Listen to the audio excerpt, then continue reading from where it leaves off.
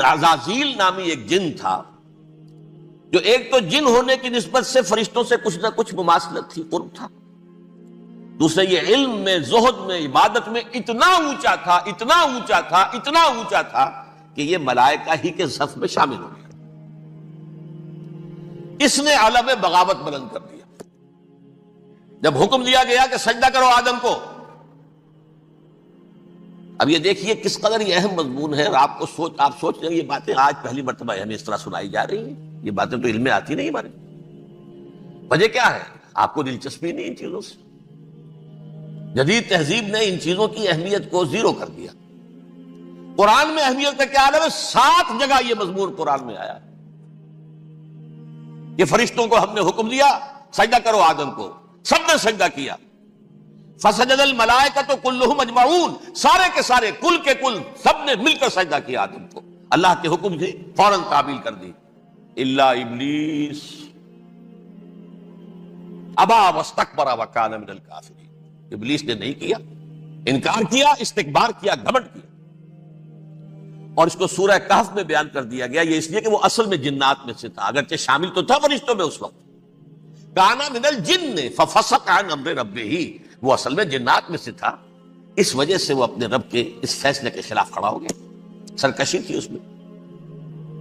یہ معاملہ اتنا اہم ہے، اب آپ سمجھیے کہ 7 مرتبہ سورہ بقرہ، سورہ اعراف، سورہ حجر، سورہ بنی اسرائیل، سورہ کہف، سورہ طٰہٰ، سورہ صاد، 6 مکی صورتوں میں ذکر ہے یہ، اور ایک مدنی صورت سورہ بقرہ۔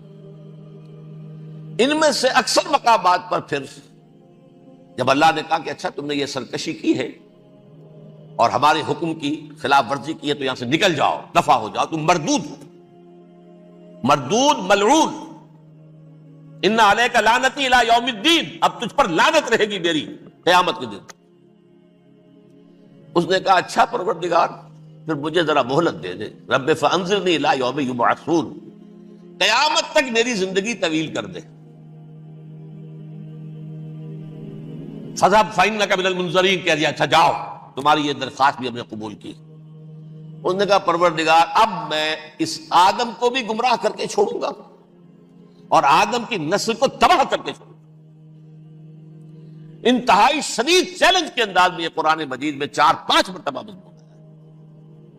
میں نے صرف 2 جگہ سے آپ کو سوٹ کوٹ کر کے سنایا تھا۔ سورہ اعراف میں اللہ تعالیٰ فرماتے ہیں قالا، اس پر ابلیس نے کہا فَبِمَا أَغْوَيْتَنِي، تو اے رب جو تو نے مجھے گمراہ کیا ہے، مجھے ذلیل کر دیا، مجھ پر فوقیت دے دی اس کو، انا خیر منہ، میں اس سے بہتر ہوں، خلقتنی من نار وخلقتہ من طین، بنایا تو نے مجھے آگ سے اور اس کو بنایا مٹی سے، پھر مجھ سے مطالبہ کہ میں سجدہ کروں، اور میں نے سجدہ نہیں کیا تو اب تو نے مجھے ملعون قرار دے دیا۔ قال فبما اغویتنی لأقعدن لهم صراطک المستقیم، اب میں یہ نسل آدم کے لیے، اس کو برباد کرنے کے لیے تیری سیدھی راہ کے اوپر گھات میں بیٹھوں گا، سیدھے راستے پر چلنے نہیں دوں گا۔ ثم لآتینہم من بین ایدیہم، پھر میں ان پر حملہ آور ہوں گا، ان کے سامنے سے بھی، ومن خلفہم، ان کے پیچھے سے بھی، وعن ایمانہم، ان کے داہنی جانب سے بھی، وعن شمائلہم، اور ان کے بائیں جانب سے بھی، ولا تجد اکثرہم شاکرین، اور تو دیکھے گا کہ ان کی اکثریت تیری شکر گزار بندوں پر مشتمل نہیں ہوگی۔ یہ چیلنج تھا، اور ایک چھوٹا سا چیلنج جو سورہ صاد میں آیا ہے، اور یہاں تو اس نے اللہ کے جلال کی قسم کھا کر کہا قال فبعزتک لأغوینہم اجمعین، اے رب تیری عزت، تیرے جلال کی قسم ہے میں ان سب کو گمراہ کر کے چھوڑوں گا، الا عبادک منہم المخلصین، سوائے ان میں سے وہ کچھ لوگ جنہیں تو خالص اپنا بندہ بنا لے، جنہیں تو اپنا بندہ بنا لے، مخلص، مخلص نہیں، مخلص یہ مفعول ہے، فاعل نہیں ہے، جسے تو بنا لے۔ بعض لوگوں کو اللہ چن لیتا ہے، هو اجتباکم، تمہیں چن لیا ہے، استفاء، اجتباء، وہ بچیں گے جن کو تو اپنی خاص امان میں لے لے گا، باقی میں سب کو گمراہ کر کے چھوڑوں۔ یہ ہے اصل دنیا میں نوع انسانی کا ابدی دشمن، ازلی سے ابدی تک۔ اور اس میں نوٹ کیجئے کہ اس کی اصل بنیاد کیا ہوئی؟ 2 لفظ، تکبر اور حسد۔ استکبرا، تکبر کیا، انا خیر منہ، میں اس سے بہتر ہوں. یہ ساری بس کی گانٹھ یہی ہے، سب سے بڑی گمراہی کی وجہ یہی ہے. اسی لیے کہا ہے حدیث میں لن يدخل الجنہ من کان فی قلبہ مثقال حبۃ من کبر، جنت میں ہرگز وہ شخص کبھی بھی داخل نہیں ہو سکے گا جس کے دل میں رائے کے دانے کے برابر بھی کبر ہے. تکبر سب سے بڑا جرم. الکبر ردائی، اللہ فرماتا ہے یہ تکبر، یہ تو میری چادر ہے. کوئی شخص تکبر کرتا ہے تو گویا میری چادر گھسیٹ رہا ہے میرے کندھے سے. عرب میں کسی شخص کی توہین کرنی ہوتی تھی تو اس کی چادر گھسیٹتے تھے، ننگا کر دیا گویا. یہ میری ردائی ہے، الکبر ردائی، یہ میری چادر ہے، یہ جامہ مجھے زیب دیتا ہے، مجھ پر راستہ تھا. اور حسد، آدم کو جو برتری عطا ہو گئی اس حسد کی آگ میں وہ جل رہا اور اس کا انتقام لینا چاہتا ہے. آدم سے بھی، آدم کو بھی گمراہ کیا، جنت سے نکلوایا. ایسے نکلنا تو انہیں تھا ہی مشیت اذن میں، لیکن فوری طور پر اللہ کے حکم کی خلاف ورزی تو کروائی نا. فعصى آدم ربه فغوى، آدم نے اپنے رب کے حکم کی نافرمانی کی اور گمراہ ہوا عارضی طور پر. یہ دوسری بات ہے، توبہ کر لی، اللہ نے توبہ قبول فرما لی، معاف کر دیا. کوئی مستقل جو ہے وہ نسل انسانی پر اس گناہ کا اثر متوارث طور پر نہیں آ رہا ہے، ختم ہو چکا معاملہ، ہوا تھا ہو گیا. فتلقى آدم من ربه کلمات فتاب علیہ انہ هو التواب الرحیم. اور توبہ کی شان یہ ہے جب وہ قبول ہو جائے اللہ کی جناب میں، کیا تائب من الذنب کمن لا ذنب له، گناہ سے توبہ کرنے والا ایسے ہوتا ہے جیسے اس نے کبھی گناہ کیا ہی نہیں تھا. لیکن بارہ کو گناہ کرنے میں کامیاب ہو گیا، حضرت آدم اور حوا کو بھی. اور نوع انسانی کی عظیم اکثریت، عظیم اکثریت، عظیم اکثریت اس کے داؤ میں آئی ہوئی ہے نہیں.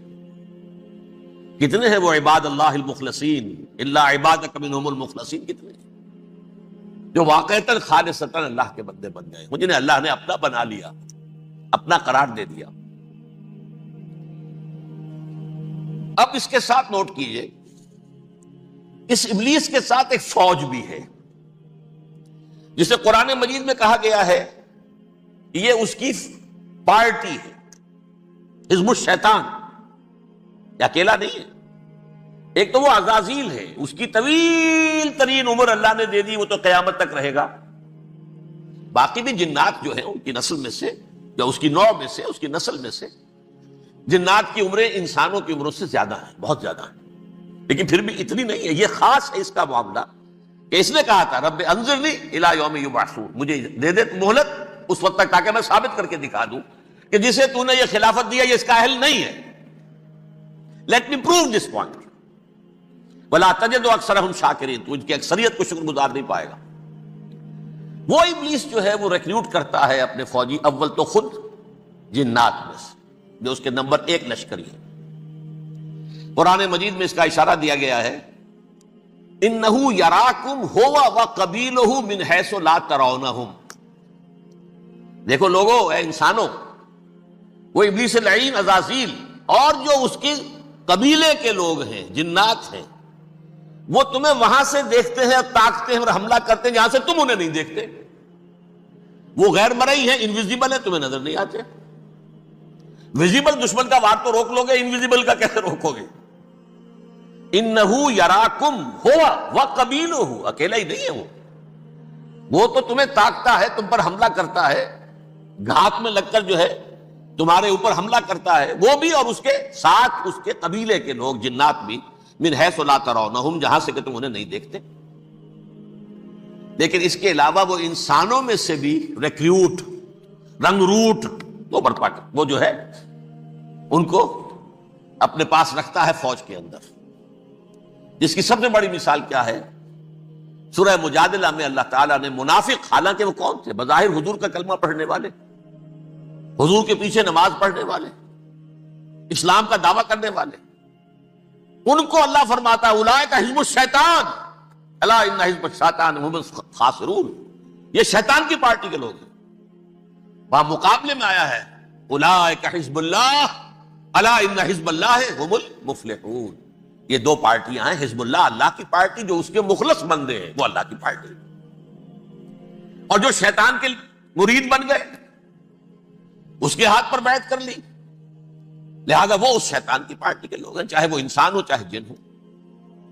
تو انسانوں میں سے بھی اس کے حزب میں، اس کی پارٹی میں اس کے ایجنٹ ہیں اور بہت ہیں، بلکہ بہت سے تو ایسے ہیں کہ جو جنات کے بھی کان کتر دیں، ان کو بھی شیطنت سکھا دیں، پڑھا دیں۔ لیکن اب ایک بات سمجھیے، ایک دنیا میں نسل اور قوم بھی ایسی ہے جو ایک خاص وقت سے بحیثیت مجموعی من حیث القوم ابلیس کی ایجنٹ بن گئی ہے۔ وہ کون ہے؟ وہ یہودی ہے۔ یہ یہودی قوم جو ہے، اس میں ایک تو کچھ یہ کہ ان کی فطرت کے اندر یہ تھا کہ ہم ہیں اصل انسان، باقی انسان جو ہے وہ انسان نما حیوان ہے، ان کی کوئی حیثیت ہی نہیں۔ ہم ہیں اصل انسان، نحن ابناء اللہ و احباؤہ۔ باقی یہ جنٹائلز، یہ گویمز، غیر یہودی، یہ تو حیوانات ہیں۔ اب جیسے کہ انسانوں کو حق ہے کہ حیوانوں کو ایکسپلائٹ کریں، استعمال کریں۔ گھوڑے کو آپ ٹانگے میں باندھتے ہیں کہ نہیں؟ اس کی پسینے کی اور محنت کی کمائی ہے جو کھاتا ہے ٹانگا چلانے والا۔ البتہ یہ ضرور ہے کہ چونکہ اگلے روز پھر جوتنا ہے تو کچھ نہ کچھ تو اسے بھی کھلائے گا نا، اپنی کمائی میں سے کچھ دانے کھلائے گا، کچھ اور گھاس دے گا۔ یا بیل کو جوتنا ہے ہل میں تو کچھ نہ کچھ اس کو دیتا ہوگا کھانے کو، لیکن پھر اسے استعمال کرنا۔ تو ان کا مستقل قول یہ ہے کہ اصل انسان ہم ہیں، باقی پوری نوع انسانی ہمارے لیے حیوانوں کے درجے میں، ہم چاہیں جس طرح انہیں استعمال کریں، ایکسپلائٹ کریں، دھوکہ دیں، جیسے چاہیں، لوٹیں، کھسوٹیں، سب کچھ کریں، بدہضی کریں، ان سے سود لیں، سب کریں، جو بھی ممکن طریقہ ہو، یہ ہمارے لیے ہم ڈومینیٹ کریں گے، اور یہ در حقیقت ہمارے اعلی کار ہیں۔ ایک تو اس اعتبار سے یہود بقیہ پوری نوع انسانی کے دشمن بن گئے۔ قرآن مجید کی وہ آیت بھی میں نے آپ کو سنائی ہے، وَقَالُوا لَيْسَ عَلَيْنَا فِي الْأُمِّيِّينَ سَبِيلٌ۔ یہ امیین کہتے تھے نا ان کو، جو غیر یہودی ہیں، کیونکہ ان کے پاس کتاب تھی، تورات تھی، اور کتاب نہیں تھی کسی کے پاس، لہذا یہ ان پڑھ ہے، پاگل ہے، جاہل ہے، امی ہے۔ ہم ہیں صاحب کتاب، ہمارے پاس شریعت، ہمارے پاس کتاب، یہ لوگ ان پڑھ ہیں، جاہل۔ لَيْسَ عَلَيْنَا فِي الْأُمِّيِّينَ سَبِيلٌ، ان امیین کو ہم لوٹیں، کھسوٹیں، دھوکہ دیں، فریب سے جو کریں، چوری کریں، ڈاکہ ڈالیں، جیب کے قطرے، جس طرح بھی کریں ہمارے لیے جائز ہے، ہمارے اوپر کوئی گرفت نہیں ہوگی۔ اللہ تعالیٰ ہم سے یہ نہیں پوچھے گا تم نے جھوٹ کیوں بولا تھا اس کے ساتھ، تم نے وعدہ خلافی کیوں کی تھی اس کے ساتھ، تم نے کیوں دھوکہ دیا تھا اس کو، تم نے کیوں اس کا مال جو ہے غبن کر لیا تھا، ہڑپ کر لیا تھا، نہیں، ہم پر پوچھ نہیں ہے۔ اس اعتبار سے ایک تو یہ انسانیت کی دشمنی ان کی گھٹی میں پڑ گئی، اس غلط خیال کی وجہ سے ہم تو بخشے بخشائے ہیں، we are the chosen people of the Lord, ہمیں تو اللہ اگر جہنم میں داخل بھی کرے گا تو صرف چند دن، لن تمسنا النار الا ایاما معدودات، باقی اصل میں تو ہم تو اللہ کے پسندیدہ، نحن ابناء اللہ و احباؤہ، اس کے بیٹوں کے مانند بڑے چہیتے ہیں، لاڈلے ہیں۔ یہ باقی دنیا، باقی انسان ہماری چراہ گاہ ہے، جیسے چاہے چریں، جس طرح چاہے ہڑپ کر جائیں۔ یہ تو ان کا پہلے سے مستقل معاملہ تھا، لیکن اس کے بعد ان کی تاریخ میں ایک دور وہ آیا جب حضرت مسیح علیہ السلام ان میں مبعوث کیے گئے۔ یہ 1400 سالہ تاریخ کا کلائمیکس ہے یہود کی۔ جب کتاب انہیں دی گئی تھی تورات حضرت موسیٰ کے ذریعے، وہ 1400 قبل مسیح کا واقعہ ہے۔ اس وقت سے لے کر اللہ کا وہ فضل ان پر ہوا، وہ فضل ان پر ہوا کہ کوئی ایک لمحہ ایسا نہیں آیا 1400 برس میں کہ ان کے ہاں کوئی نہ کوئی نبی موجود نہ۔ یہ تار ٹوٹا ہی نہیں، 2 سے شروع ہوا، موسیٰ، ہارون علیہ السلام، اور 1400 برس کے بعد پھر آخری 2 ہیں، عیسیٰ اور یحییٰ علیہ السلام، یوں سمجھ لیجئے، اور اس کے درمیان یہ تار ہے، اور اس تار میں کوئی ایک لمحہ ایسا نہیں آیا کہ کوئی نبی موجود ہو۔ اس میں اتار چڑھاؤ بہت سے آئے ہیں، اس کا وہ میرا موضوع نہیں ہے اس وقت۔ قبل مسیح کی تاریخ جو ہے وہ میرا موضوع نہیں ہے۔ قرآن مجید میں سورہ بنی اسرائیل کے پہلے رکوع میں اس کا تذکرہ موجود ہے۔ وَقَضَيْنَا إِلَىٰ بَنِي إِسْرَائِيلَ فِي الْكِتَابِ لَتُفْسِدُنَّ فِي الْأَرْضِ مَرَّتَيْنِ وَلَتَعْلُنَّ عُلُوًّا كَبِيرًا، 2 مرتبہ ان پر عذاب کے کوڑے برسے، پہلے اشوریوں کے ذریعے سے جو شامی تھے، سیرینز اشوری کہلاتے، پھر بابلیوں کے ذریعے سے یعنی عراقیوں کے ذریعے سے، بیبیلونیا نام تھا عراق کا پہلے، ان پر بہت بڑی بڑی تباہیاں آئیں، اللہ تعالیٰ کی طرف سے عذاب آئے۔ اس کے بعد پھر دوسرے دور میں دوسرا اقتدار کا دور آیا، خربستیاں بڑھ گئیں، تو پہلے گریکس کے ذریعے سے، یونانیوں کے ذریعے سے، اور پھر رومیوں کے ذریعے سے پسوایا گیا۔ یہ دور گزر چکے تھے، ان پر دو عروج کے دور اور دو زوال کے دور۔ میری چھوٹی سی کتاب ہے تنظیم اسلامی کا تاریخی پس منظر، شاید 6-7 روپے کی ہوگی، اس کو آپ دیکھیں گے تو اس میں اس کا پورا نقشہ آپ کو مل جائے گا۔ ویسے تو یہ کہ میری جو ذرا بڑی کتاب ہے سابقہ اور موجودہ مسلمان امتوں کا ماضی، حال اور مستقبل، اس میں میں نے ان معاملات پر بڑی تفصیل سے بحث کی۔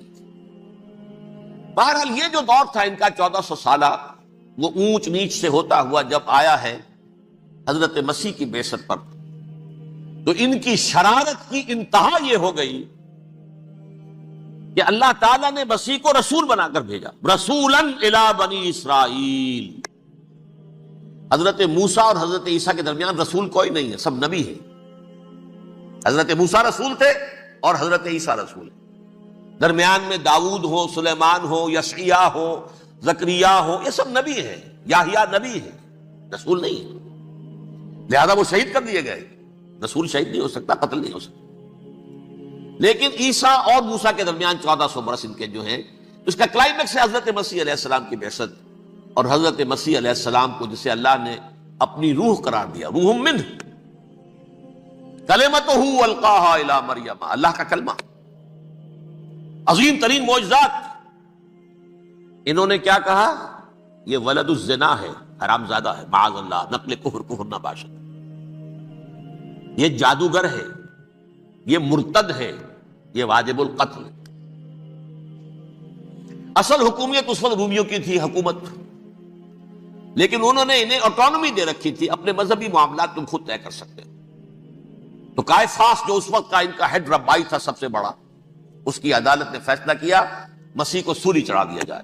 پائلیٹس پونٹس، اس کے پاس ان کی ازداش پہنچ گئی، یہ ہمارا مجرم ہے مذہبی، یہ مرتد ہے، یہ کافر ہے، یہ جادوگر ہے، یہ واجب القتل ہے، اسے قتل کر دو، سولی چڑھا دو۔ خیر وہ لمبی بات ہو جائے گی، اس نے تو اپنے ہاتھ دھوئے کہ صاحب ہمارے پاس کوئی جرم نہیں ہے اس کے خلاف، تم کہتے ہو تو ٹھیک ہے، سولی چڑھا دیتے۔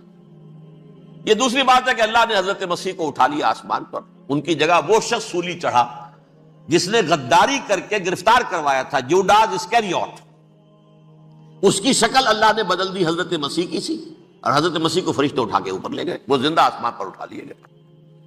اور یہ ساری تفاصیل نہ قرآن میں ہے نہ حدیث میں ہے، یہ انجیل میں ہے، لیکن انجیل کون سی؟ برنباس کی انجیل، gospel of the Lord according to Saint Barnabas. یہ حواریین مسیح میں سے تھے، لیکن عیسائی ان کو تسلیم نہیں کرتے، ان کی بائبل کو صحیح نہیں مانتے، کینونیکل نہیں مانتے۔ 100 انجیلیں تھیں، 104 تھیں، جن میں سے 4 چنی ہیں انہوں نے، یہ متی اور جان اور مرقس مارکس، یہ ہے، تو یہ 4 انجیلیں ہیں، انہوں نے تسلیم کیے کہ یہ کینونیکلز ہیں، یہ تو ہیں حقیقی، باقی جو ہیں 100 اس کو وہ تسلیم نہیں کرتے۔ ان میں سے ایک ہے یہ برنباس، اس میں یہ تفصیل ہے کہ اللہ تعالیٰ نے اس شخص کی، جیوڈاس کی، یہودا جیوڈاس اس کو انگریزی میں کہتے ہیں، اس کی شکل بدل دی حضرت مسیح کی سی، وہ گرفتار ہوا، وہ سولی چڑھا، وہ غدار تھا، غداری کی سزا اسے ملنی تھی، وہ مل گئی۔ حضرت مسیح کو فرشتے 4 اٹھ رہے ہیں، جس کوٹڑی میں حضرت مسیح مقیم تھے، ایک باغ کے اندر روپوش تھے، اس کی چھت پھٹی ہے، 4 فرشتے آئے ہیں، حضرت مسیح کو اٹھا کر لے گئے ہیں، چھت برابر ہو گئی ہے، اس کے بعد وہ شخص پکڑا گیا۔ بہرحال حضرت مسیح کو اللہ نے اٹھا لیا آسمان۔ لیکن وہ دن ہے کہ اس قوم کو اب مغضوب علیہم قرار دے دیا۔ نوٹ کر لیجئے، اصل میں تو ہونا یہ چاہیے تھا کہ رسول کی جان کے در پہ جب کوئی امت ہو جاتی تھی تو اللہ کا قاعدہ یہ تھا کہ اس امت کو نسیہ منسیہ کر دیا جائے۔ حضرت نوح کی قوم کو ختم کیا یا نہیں؟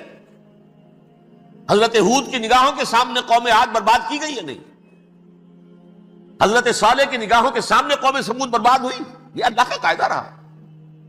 سدوم اور عمورہ کی بستیاں حضرت لوط علیہ السلام جہاں بھیجے گئے، مدین کا علاقہ جہاں حضرت شعیب بھیجے گئے، آل فرعون جن کی طرف موسیٰ کو بھیجا گیا، سب ہلاک کر دیے گئے۔ کیونکہ رسولوں کے بارے میں اللہ کا عذاب، نبیوں کے بارے میں یہ بات نہیں ہے.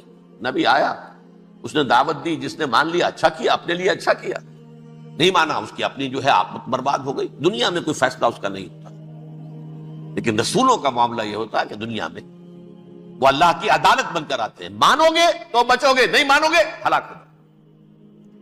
تو اس اعتبار سے وہ مستحق تو ہو چکے تھے اس کے کہ انہیں ہلاک کر دیا جائے.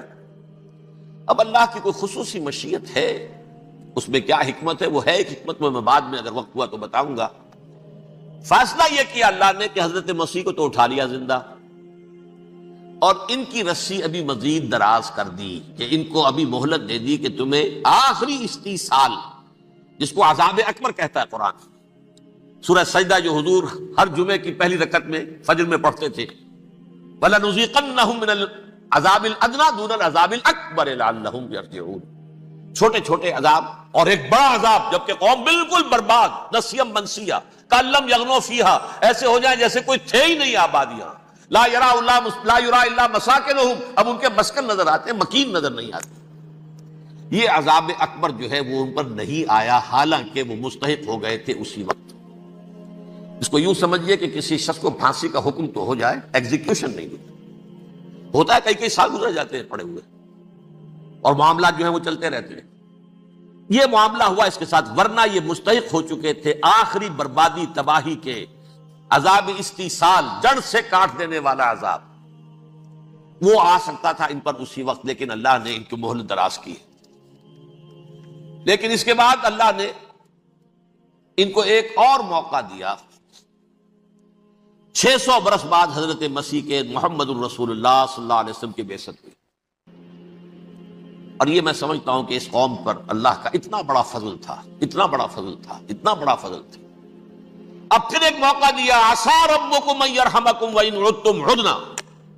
دیکھو اب بھی تمہیں ہم ایک موقع دے رہے ہیں، تمہارا رب تمہارے اوپر اب بھی فضل کرنے کو تیار ہے، رحم فرمانے کو تیار ہے. ان ھذا القرآن یہدی للتی ہی اقوم، اس قرآن کے سائے میں آ جاؤ، یہ شاہدرا ہے ہدایت میں آنے کا، اس میں داخل ہو جاؤ، محمد کی تصدیق کرو صلی اللہ علیہ وسلم، دامن محمدی میں آ جاؤ، اب بھی ہم تمہارے گناہ بخش دیں. لیکن نہیں، اس قوم نے حضرت محمد صلی اللہ علیہ وسلم کی دشمنی کی کمر کس لی. اور اب یوں سمجھیے اس تاریخ سے لے کر آج تک یہ گٹھ جوڑ ہے. ظاہر بات ہے کہ ابلیس کا بھی اصل دشمن اب کون ہے، یا ہدف کون ہے، ٹارگٹ کون ہے؟ جنہوں نے محمد کو نہیں مانا صلی اللہ، وہ تو ہے ہی جہنمی، ان پر کوئی اور محنت کرنے کی ضرورت کیا ہے؟ سمجھ رہے میری بات؟ حضور کی بعثت کے بعد جنہیں حضور کو رد کر دیا، ان پر ایمان نہیں لائے، وہ کون ہے؟ کافر، وہ جہنمی ہے ہی ہے. لہذا اس کے اوپر کوئی محنت صرف کرنے کی ابلیس کو ضرورت نہیں. اس کا اصل ٹارگٹ امت محمد ہے صلی اللہ علیہ وسلم. وہ ساری نوع انسانی کی دشمنی اب آ کر مرکوز ہو گئی ہے امت محمد صلی اللہ علیہ وسلم کی دشمنی پر. اور اسی طرح یہود کا معاملہ، اگرچہ ویسے پوری نوع انسانی کے دشمن ہیں، انہیں حیوان سمجھتے، ان کی جان مال اپنے لیے مباح سمجھتے ہیں، جس طرح چاہے لوٹے کھسوٹے کھائے پیے ہی نہیں. لیکن اب ان کی بھی دشمنی کا سب سے بڑا مرکز امت محمد. کیوں؟ وہی تکبر اور حسد، وہی بیماریاں. انہیں تکبر یہ ہو گیا تھا کہ 2000 سال سے یہ نبوت ہماری میراث، ہماری جاگیر. بنو اسرائیل کے اندر سینکڑوں نبی آئے، 3 کتابیں اللہ نے ہمیں عطا کی. یہ کہاں سے آ گیا محمد صلی اللہ علیہ وسلم؟ معاذ اللہ ثم معاذ اللہ. یہ امیین میں سے، یہ جنٹائلز میں سے، یہ گوئنز میں سے، یہ حقیر ان پڑھ. کہاں ہم، کہاں یہ نہیں تسلیم کریں گے. حالانکہ قرآن کہتا ہے یعرفونہ کما یعرفون ابناہم، ان کے علماء ایسے پہچانتے تھے حضور کو جیسے اپنے بیٹوں کو پہچانتے کہ یہ آخری نبی ہے. لیکن تکبر اور حسد کی آگ میں جل اٹھے. اب ان کے بھی دشمنی کس سے ہے؟ محمد اور امت محمد صلی اللہ علیہ وسلم. یہ گٹھ جوڑ ہے. اب دیکھیے، یہ ہے میری گفتگو کا اب تک کی گفتگو کا حاصل، یہ گٹھ جوڑ. ایک غیر مرئی دنیا، انویزیبل دنیا کا ابلیس لعین اور جنات میں سے اس کے لشکری فوج. انسانوں میں سے ویسے تو اور بھی بہت جگہ اس کے ایجنٹ ہے، مسلمانوں میں بھی ہے، لیکن بحیثیت قوم، بحیثیت مجموعی، ایک پوری قوم، ایک پوری نسل جو ہے اس کے ساتھ گٹھ جوڑ ہے۔ ان دونوں کی گٹھ جوڑی کے ساتھ یہ دشمن دون ہیں انسانیت کے، پہلا دشمن ابلیس لعین، عزازیل لعین، اور دوسرے دشمن یہود ملعون۔ اب میں آپ کو ذرا اس جو انسانوں میں سے انسان دشمنی کا جن کا سب سے بڑا رول ہے، میں ان کی 2000 سالہ تاریخ کا آپ کے سامنے نقشہ رکھنا چاہتا ہوں۔ ان 1400 سال کا تو میں نے صرف 4 آپ کو پوائنٹس بتائے۔ موسیٰ سے عیسیٰ تک 1400 برس علیہ الصلوۃ والسلام، 2 مرتبہ عروج، 2 مرتبہ زوال، اشیریوں کے ہاتھوں پٹوائی، بابلیوں کے ہاتھوں پٹانا، گریکس کے ہاتھوں مرمت، رومنس کے ہاتھوں مرمت۔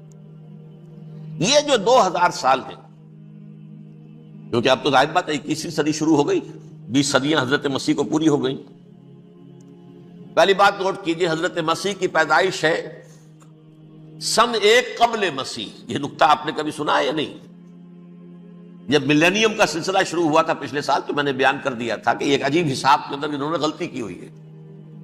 حضرت مسیح کی پیدائش ہوئی 25 دسمبر کو، سن انہوں نے شروع کر دیا، اس کے بعد جنوری آئی تو پہلا سال شروع ہو گیا۔ اگر جنوری سے پہلا سال شروع ہوا تو یہ 6 دن جو ہے تو اس کے پچھلے سال میں تھے، لہذا کہا جائے گا کہ Jesus Christ was born 1 year before Christ، BC۔ تو 1 قبل مسیح میں حضرت مسیح کی پیدائش ہوئی۔ یہ آخری اسرائیلی نبی اور رسول۔ یہودی علماء کی مخالفت، دشمنی، سولی پر چڑھوا دینا میں بیان کر چکا ہوں۔ سن 33 عیسوی میں جبکہ حضرت مسیح کی عمر 33 برس تھی، اللہ تعالیٰ نے انہیں زندہ آسمان پر اٹھا لیا، لیکن یہودیوں نے اپنے خیال کے مطابق انہیں سولی پر چڑھوا دیا، ان کی موت واقع ہوئی۔ اگرچہ اس کے بعد یہ اختلاف ہے ان میں، یہودی کہتے ہیں وہ سولی پر چڑھ گیا، ختم ہوا، مر گیا، عیسائی کہتے ہیں نہیں، انتقال ہوا ہے مسیح کا صلیب پر، لیکن پھر وہ دوبارہ زندہ ہو گئے ہیں۔ ان کی لاش ایک غار میں رکھ دی گئی تھی، وہاں ریزریکشن ہو گیا، ان کا باعث بعد الموت وہی ہو گیا، اور پھر انہیں اللہ نے زندہ آسمان پر اٹھا لیا۔ تو ہمارے اور عیسائیوں کے درمیان نوٹ کر لیجئے، یہ چیز مشترک ہے کہ حضرت مسیح آسمان پر زندہ اٹھائے گئے۔ فرق کیا ہے؟ وہ سمجھتے ہیں کہ سولی دیے گئے، سولی پر مرے، پھر زندہ ہوئے، پھر گئے۔ ہم سمجھتے ہیں کہ نہیں، وما صلبوہ وما قتلوہ، انہوں نے نہ صلیب دے سکے انہیں اور نہ انہیں قتل کر سکے، بل رفعہ اللہ الیہ، اللہ نے اٹھا لیا۔ پھر ہمارا اور یہ اس کا عیسائیوں کا ایک اور اتفاق ہے، سیکنڈ کمنگ آف جیسس، حضرت مسیح دوبارہ آئیں گے، یہ عیسائیوں کا بھی عقیدہ ہے اور ہمارا بھی۔ بہرحال تو جیسا کہ میں نے عرض کیا کہ اس وقت یہ عذاب استیصال، عذاب اکبر کے مستحق ہو چکے تھے، لیکن اللہ نے ان کی مدت دراز کی ہے، لیکن ان پر دنیاوی عذاب کا ایک کوڑا جو ہے اللہ تعالی کی طرف سے اسی وقت برسا۔ دنیاوی عذاب دنیا میں رہتے ہوئے ختم نہیں کیا۔ 37 برس بعد حضرت مسیح کے رفع سماوی کے 37 برس بعد سن 70 میں یہودیوں نے بغاوت کی رومیوں کے خلاف۔ رومی ٹائٹس جنرل تھا ایک، اس نے پھر جو حملہ کیا ہے، 1,33,000 یہودی ایک دن میں قتل کیا یروشلم میں، اور ہیکل سلیمانی گرا دیا۔ وہ ہیکل پہلے بھی گرا تھا، پہلے 1400 سال کے دوران میں بھی نبوکدنضر نے گرایا تھا، لیکن پھر اس کے 150 سال بعد انہوں نے دوبارہ بنا لیا تھا، اس لیے وہ اسے سیکنڈ ٹیمپل کہتے ہیں۔ پہلا ٹیمپل جو حضرت سلیمان نے بنایا تھا، نبوکدنضر نے گرا دیا 587 قبل مسیح میں، پھر دوبارہ انہوں نے 150 سال کے بعد بنا لیا۔ وہ اس تاریخ کا حصہ ہے، میں نے جس کے بارے میں آپ کو تفصیل نہیں بتائی۔ اس میں یہ ہوا سن 70 میں وہ گرا دیا گیا، وہ آج تک گرا پڑا ہوا ہے۔ نمبر 2 یہ کہہ دیا گیا کہ یہودیوں اس ارض فلسطین سے نکل جاؤ، تم یہاں نہیں رہ سکتے اب۔ لہذا جس کا جہاں سینگ سمایا چلا گیا، یورپ میں چلے گئے، ایشیا میں آ گئے، عرب میں آ گئے، یہ 3 قبیلے جو رات بھی میں نے عرض کیا تھا، بنو قینقاع، بنو نذیر اور بنو قریظہ، یہ وہاں سے آ کے مدینے میں آباد ہو گئے، جس کا جہاں سینگ سمایا۔ افریقہ میں، ہندوستان میں، جہاں چلے گئے، ڈایاسپورا اسے کہتے ہیں، وہ آپ نوٹ کر لیجیے اس لفظ کو، ڈایاسپورا، ہمارا دور انتشار، جبکہ ہمیں ہماری اصل سرزمین تو فلسطین ہے، حضرت ابراہیم کا مسکن، حضرت اسحاق حضرت یعقوب کا مسکن فلسطین، یہ ہے ہماری اصل جاگیر، یہ تو ہماری جدی پشتی جاگیر ہے، لیکن یہاں سے نکال دیے گئے سن 70 عیسوی میں، اور وہاں سے لے کے 1917 تک ان کا ڈایاسپورا جاری رہا۔ یہ دور انتشار ہے۔ اس دور انتشار کے اب چند حصے ہیں جس کو میں چاہتا ہوں کہ آپ علیحدہ علیحدہ سمجھ لیں۔ دور انتشار کا جو پہلا جو ہے تقریباً 300 برس، رومی حکمران تھے، وہ یہودیوں کے بھی دشمن تھے اور عیسائیوں کے بھی دشمن تھے، عیسائی اور یہودی ایک دوسرے کے بھی دشمن تھے، لیکن رومی سمجھتے تھے کہ یہ ایک ہی تھیلی کے چٹے بٹے ہیں۔ رومیوں کے نزدیک عیسائی بھی یہودیوں ہی کا ایک فرقہ تھے، کوئی علیحدہ مذہب تو تھا ہی نہیں، لہذا رومی جو ہیں رومنز وہ ان دونوں کو ستاتے تھے، مارتے تھے، اور یہ آپس میں لڑتے تھے، یہودی عیسائیوں کو مارتے تھے، عیسائی یہودیوں کو مارتے تھے۔ یہ ہے 300 برس تک کی تاریخ۔ سن 300 عیسوی میں کیا ہوا؟ ایک معجزہ ہو گیا۔ بہت عظیم ایمپرر کانسٹینٹائن، قسطنطین اعظم، رومن ایمپررز میں سے بہت بڑا ایمپرر، وہ عیسائی ہو گئے۔ اب تو معاملہ بالکل تلپٹ ہو گیا، پوری سلطنت عیسائی ہو گئی۔ اب عیسائیوں کے عیش ہو گئے اور یہودیوں پہ مار پڑنی شروع ہوئی۔ اب عیسائیوں کا آپ خود سوچئے کہ جنہیں وہ خدا بنا بیٹھے ہیں، خدا کا بیٹا قرار دے رہے ہیں، ان کے قاتل کون؟ یہودی بدماش۔ لہذا ان کی وہ پٹائی شروع ہوئی ہے یورپ میں، پوری رومن امپائر میں، انہیں ذلیل کیا گیا، شہروں میں آمد بند، علیحدہ رہو، گھیٹوز کے اندر رہو۔ یہودی کا نام جو ہے وہ گالی بن گیا، جیسے آج بھی یہودی گالی کہتے ہیں، جیسے خنزیر کا لفظ، آخر وہ بھی اللہ کی مخلوق ہے، لیکن آپ کو معلوم ہے کوئی شخص زبان پر نام نہیں لانا چاہتا خنزیر کا، سور کا، ہے تو مخلوق، وہ بھی ایک حیوان ہے۔ ایسے ہی یہ ہے یہودی گالی، جیوٹ گالی۔ لہذا ایک طرف تو ان دونوں کے درمیان دشمنی، جس کو قرآن کہتا ہے وَأَغْرَيْنَا بَيْنَهُمُ الْعَدَاوَةَ وَالْبَغْضَاءَ، ہم نے ان کے مابین دشمنی جو ہے پیدا کر دی۔ اور جب یہ پوری سلطنت عیسائی ہو گئی تو قافیہ تنگ ہو گیا یہودیوں